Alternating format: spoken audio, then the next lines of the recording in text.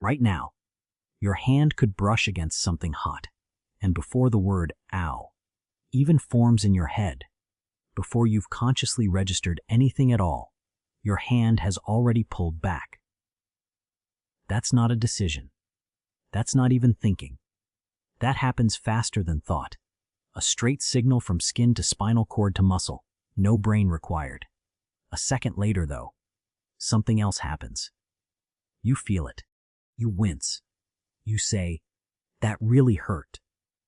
That second part is not automatic in the same way. That's a feeling, something happening on the inside, something it's like to be you in that moment. What if an animal could do the exact same thing, pull back just as fast, and never actually feel that second part at all?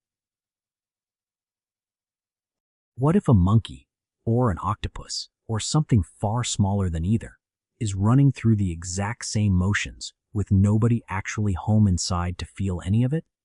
Or what if some of them are feeling every bit as much as you do right now, and we've simply never built a way to check? What if the only reason you're so sure you're the one creature in the room who truly experiences pain is that you've simply never had to prove it? For a long time, most scientists treated this as basically unanswerable. You can't climb inside another creature's skull and feel what it feels. All you get is behavior, and behavior alone was never supposed to be enough to settle it. But over the last 2 decades, researchers stopped waiting for a perfect answer and started chasing something almost as good. A set of clever, deliberate tests built specifically to catch the difference between a body that's merely reacting and a body that's actually suffering. What they found doesn't sit comfortably with the old assumption that pain requires a brain built anything like ours. Start with a strange question. Does an animal even know which body is its own? In 2019, a team led by Fang and leaping Wang ran a version of the classic rubber hand illusion, not on people, but on macaque monkeys. In the human version, you watch a fake hand get stroked while your real hand, hidden from view, gets stroked in the exact same rhythm, and after a while your brain gets fooled into feeling like the fake hand is genuinely part of you. The researchers built a version monkeys could do too, using a video feed instead of a physical rubber hand, and recorded neurons directly in the monkey's premotor cortex while they did it. The monkeys started reacting as though the false hand were their own, and the strength of that illusion showed up directly in their brain activity, the same neurons that track a monkey's real body shifting their firing patterns to include a hand that wasn't even attached. In other words, there's a "this body is mine" signal running in a monkey's brain, and scientists can now watch it get fooled in real time. But here's the obvious pushback. Getting confused about which hand is yours isn't the same as feeling pain. It might just be a visual glitch in an otherwise simple perceptual system, nothing going on underneath. So researchers went looking for something harder to wave away, an animal actually protecting itself from something it apparently didn't like. In 2021, a neuroscientist named Crook ran an experiment on octopuses that even skeptical colleagues found difficult to argue with. She gave one arm of each octopus a small, mild injection of diluted acetic acid, enough to sting without causing real damage, and let the animal explore a 3-chambered tank. Octopuses that got the acid started avoiding the specific chamber where the sting happened, even hours later, while octopuses that got a harmless saline injection showed no such avoidance. That alone could still be explained as simple learned avoidance, nothing you'd need to call an experience. But then Crook offered some of the octopuses a numbing gel, an animal painkiller, and something more interesting happened. Only the octopuses that had actually been stung developed a preference for the chamber, where they'd received the numbing gel. They weren't just avoiding a place. They were seeking out relief. On top of that, the stung octopuses spent long stretches of time grooming and guarding the exact injured arm, tucking it protectively out of the way, a behavior that lasted for at least 24 hours after the sting and never showed up in the saline group at all. That's still not proof of an inner experience. but it's a lot closer to what pain is supposed to look like than what a reflex is supposed to look like. So what's actually happening here? Reflexes are supposed to be simple and consistent, the same response every time, regardless of what else is going on. Feelings, real feelings, get weighed against other things you want. And that's exactly the kind of evidence researchers found next, in an animal even less charismatic than an octopus. Hermit crabs live inside borrowed shells, and not all shells are equal. Some offer much better protection than others. In a study out of Queen's University, Belfast, researchers Robert Elwood and Appel gave hermit crabs small electric shocks through the shells they were living in, slowly increasing the voltage, and watched when each crab finally abandoned its shell.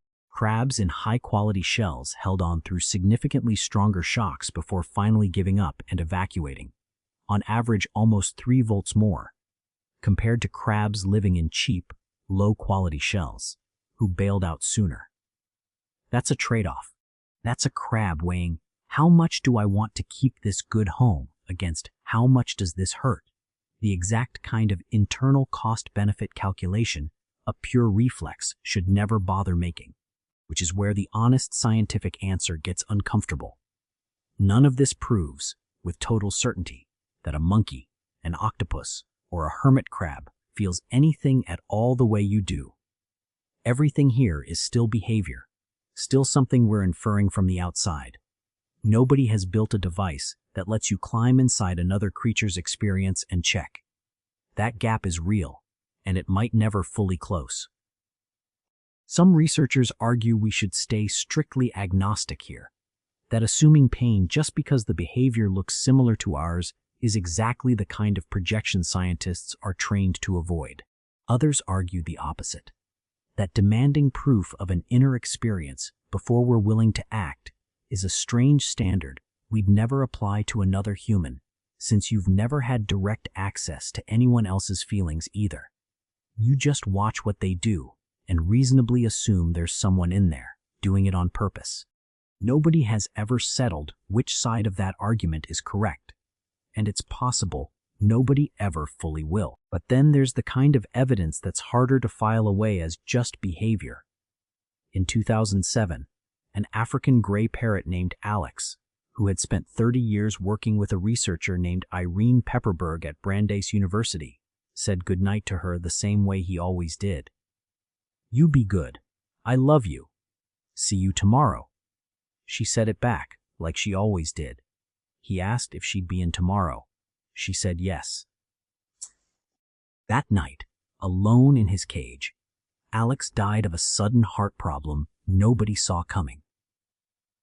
He was 31. Alex could count, sort objects by shape and color, and use over 100 words with apparent understanding. Whether he understood, in that final moment, anything about endings, about not waking up, we will never know. But he said goodbye like it mattered. And whatever was or wasn't happening behind those eyes, it was enough to make an entire field of scientists stop treating bird brain as an insult.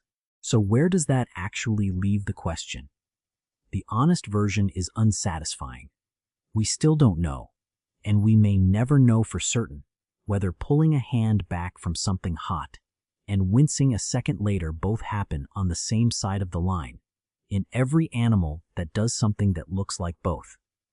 What we do know is that the line keeps getting harder to draw with any confidence. A monkey's brain lights up over a hand that was never its own. An octopus seeks out relief, not just distance. A crab does the math on how much a good home is worth compared to how much something hurts. And a parrot said goodnight like he meant it, on the one night it turned out to matter most. Maybe the honest answer is that alive was never a switch, on for us and off for everything else. Maybe it's something closer to a signal, faint in some places, louder in others, and we've only just started learning how to listen for it. The next time you pull your hand back from something too hot to touch, and then, a beat later, actually feel it, remember that somewhere right now, something with a very different kind of body might be doing the exact same thing.